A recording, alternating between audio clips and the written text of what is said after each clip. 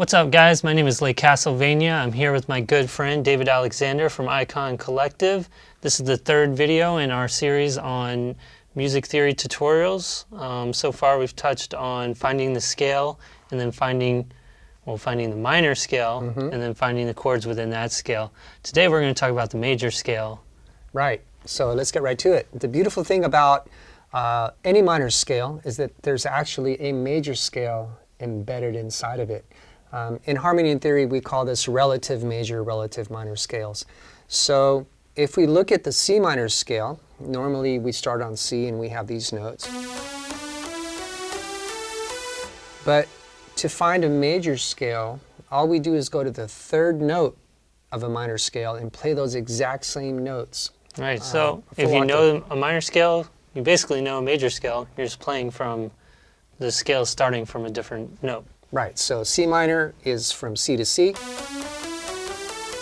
but if we go to the third note, we have E flat, and inside there is E flat major scale. So we're going to play these same notes from E flat to E flat.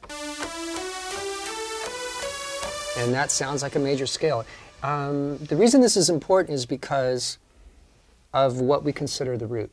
In C minor, C is the root, so all the chords relate to this C minor chord. It's the resolution chord. It's where you feel most grounded in the music. And because it's minor, it's going to give the music a sad feeling. But if we rearrange those chords so that E flat is now the one chord, the resolution, the home bass, like to call it. Exactly, home bass, the root chord, that resolution is going to be uplifting. It's going to be major. And therefore feel happier. And so, you know, this is showing you another tool. Maybe you've written a song in minor, you want to write something that's a little bit happier.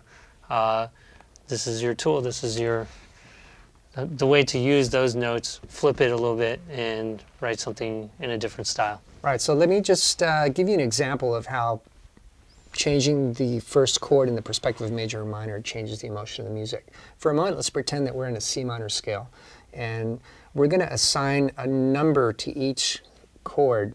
There are 7 chords, so the first chord, C is 1, D diminished is 2, E flat major is 3, F minor is 4, G minor is 5, A flat major is 6, E flat major is 7. Yep, so 7 notes in the scale, 7 chords. Right, and when I speak to other people that understand harmony and theory and I describe a progression, I actually use the numbers of the notes to describe it. So I might say this is a 1, 3, 7, 6 progression, and they know that I'm playing the first chord, the third chord, the 7th, and the 6th. But when you're in a major, the quality of the chords remains the same. So in major we have E flat as the first chord, F minor is 2, G minor is 3, A flat major is 4, B flat major is 5, C minor is 6, and our friend D diminished is the 7th chord. And now if I were to write a progression in E flat major, it might sound something like this. You got a beat for me? Yeah. Let's do it. Bring it in.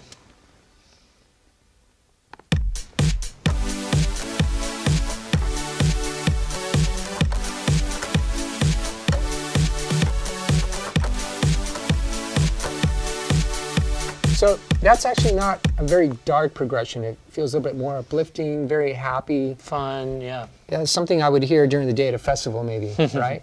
And if we analyze that in terms of what number of chords we're using, we have to use E flat as our reference. So E flat being 1, I started with 1, 2, 3, 4. The 4th chord, which is A flat major. So I went 4, 5, 1. Then I went to 3, 4, and that was the progression.